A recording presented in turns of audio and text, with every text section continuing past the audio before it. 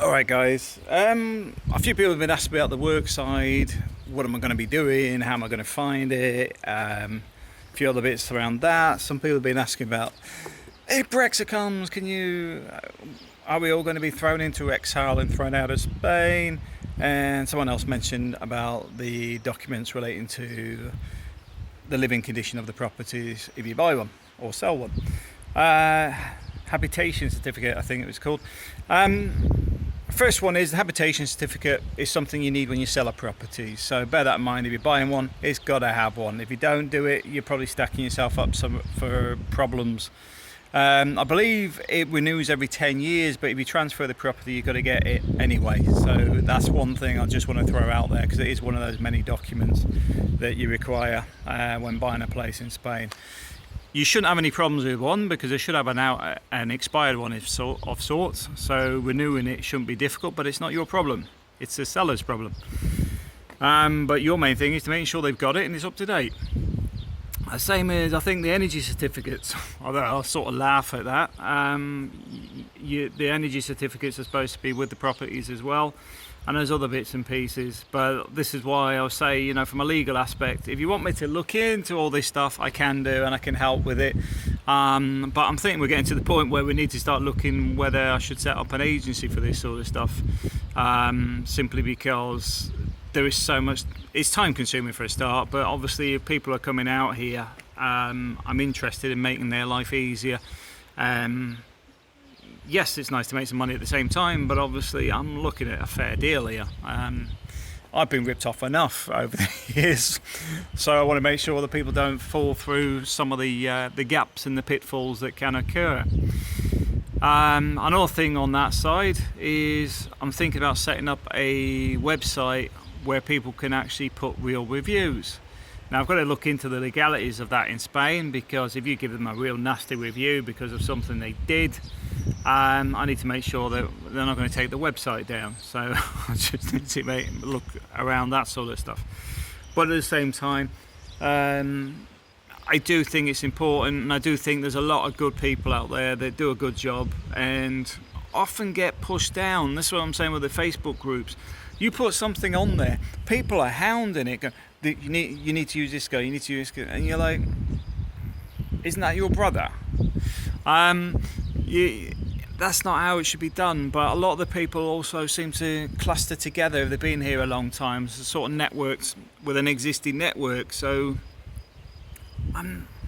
myself, I'm all for new blood coming into it, because they've obviously been hindering a lot of other people that have been trying to develop things already. So for me, I'm all for trying new things. I'm trying to expand things out. But there's another thing to this as well, because it's like the real estate agent we went out with Maureen, because she was already pitching her husband's taxi business.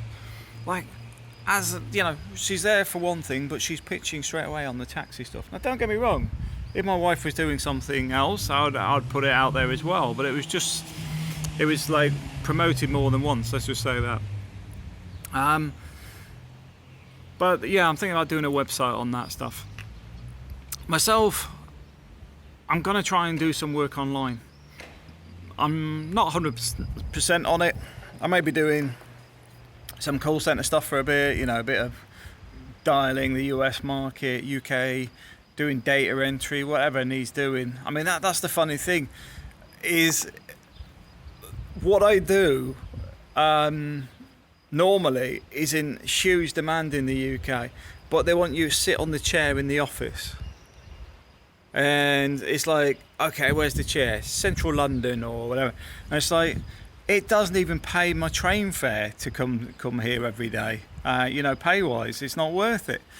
But at the same time, they go, we don't like people working remote. We like to see people in the office. And I'm like, okay, I need to change career then. So for me, I think I'm still going to be doing a lot of stuff around Excel and stuff, and I've had a few people approach me with ideas and stuff, and if some businesses want to approach me, it's like the real estate stuff. They don't really market very well on YouTube. And don't get me wrong, I'm not the best out there. I'm not the best, but then again, I do a video, I upload it. I don't edit it for 3 hours, and maybe I should get a slap on the wrist for not doing that. But I think I've got to admit, I do like keeping things real and not so Hollywood, because I think it feels, well, it is more genuine because I'm not editing it or faking it. So yeah, there's that side. So the work-wise I'm working on. My last few days at work sort of get signed off this week, and then I'm free. And as soon as I'm free, that's when I'll start focus on it more. I'm quite lucky that Carlos, see, keeping it real, the bird's just crapped on my arm. Lucky me.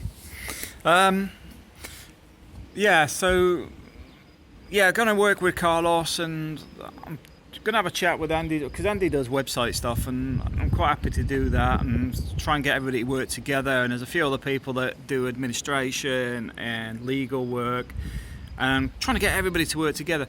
The big problem I have is I seem to like start a lot of things, but then I'm sort of waiting for other people to have the same level of enthusiasm, which is one of the problems you get. Is this requires everybody's input, not just me going, right, I'll do all the work and then you can pick up some new clients.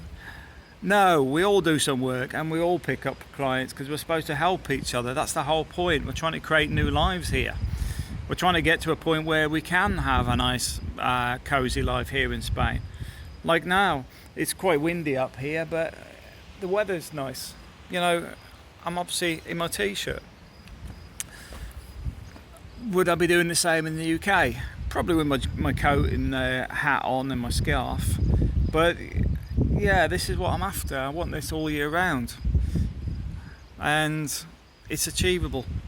It ain't going to be easy. And I noticed there's been a couple of people mentioned this already about the fact that when people go, oh, it's easy for you, it's like, it ain't easy at all. I've been working hard at being able to bring my family to Europe, but also even when I was out in the Philippines, working hard to make a living out there, because obviously foreigners can't even own a lot. Well, you can't own a lot of businesses and you can't work in a lot of businesses, so it's much harder out there. But at the same time, my cost of living is about the same in Spain. You think, why? Well, because schooling education is far more expensive in the Philippines. But the quality is much better here. So anyway, I'm going to get a slap on the wrist from some people for saying that, but the reality is the kids are happier here. They're not, the air quality is better and all that sort of stuff. What else was I going to talk about? Yeah, so the job front I'm going to start working on a bit more. I've got to admit, I'm sort of just about recovered from all the stuff that's happened in the last 6 months, because that knocked us back a lot. Having my father die, then the hassles with family. I'll be straight with you. They basically taken my inheritance, and you know the funny thing is, they don't want to talk about it. They wouldn't want me to be public about everything they've been up to. That's the funny thing. It's just sad. But for me, washing my hands of them is the best thing I've ever done. And it sort of look back and you realise how, yeah, I won't go into it. But anyway, so yeah, I've sort of just about recovered now and starting to kick the work into touch. So that'll start, get me motivated again and get me in the right direction. The YouTube channel I'm going to do more work on as well. I've got a tutorial channel as well that I haven't shared on here yet, but I'm going to start doing more tutorials to try and encourage more people to become more independent, because I'll start putting more tutorials on how to do stuff, how to set up a t-shirt business, or how to set up your first e-commerce shop, or I don't know, how to dial internationally through Skype, and all bits and pieces that allow you to be able to work from home. So there's a lot of stuff that I'm planning on doing. As long as I can keep the money ticking over, I'll be happy.